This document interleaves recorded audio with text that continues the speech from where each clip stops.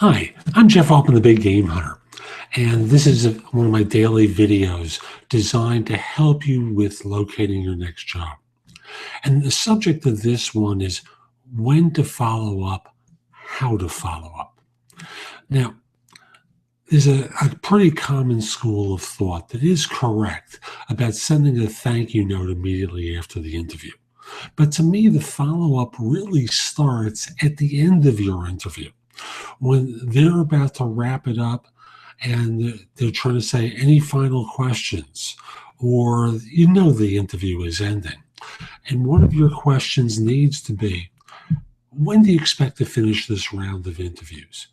Now, there can always be a delay, but you're getting a sense of their timeline. Well, you're the first person we're meeting with, and we don't have anyone else scheduled. I understand, but when do you think you might be following up on in this round? Or they might say, we have 3 or 4 more people scheduled. We should be done by end of next week. Terrific. Do you mind if I check back with you after that? No problem at all. Great. So after the interview, you send a thank you note, thanking them for making the time. Don't just send it to one person for a group. Send it to each individual person who you met with. Tailor it slightly differently for each person. Email it. Don't US mail it. Don't go to your car, write it out, and deliver it at the desk. It's cheesy. So my suggestion is get a card from everyone that you meet with as you're finishing up. If they don't have a card, call reception, call the main number, indicate that you want to get an email address for someone that you interviewed with. I'm sure you'll be able to get it. If not, you can get it from LinkedIn. You can do a Google search. Not a big whoop. You send a thank you note to each.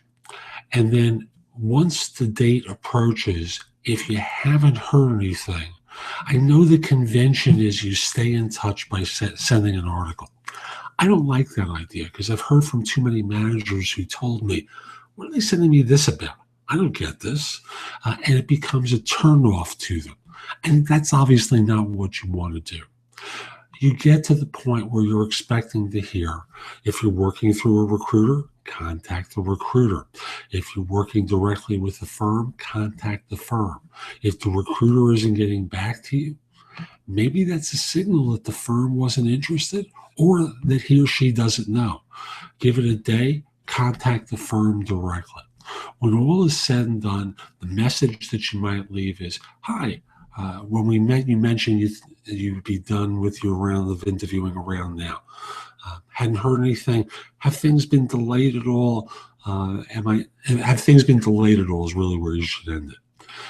So wait for them to call back. If they don't, take it as the signal of rejection. Because if they were interested, they'd be trying to keep you warm while their process extended itself. So again, from a process perspective, you find out a timeline at the interview. You send a thank you note to each person you met with afterwards, a quick note. I have examples of that in other videos, so look for those videos for thank you notes.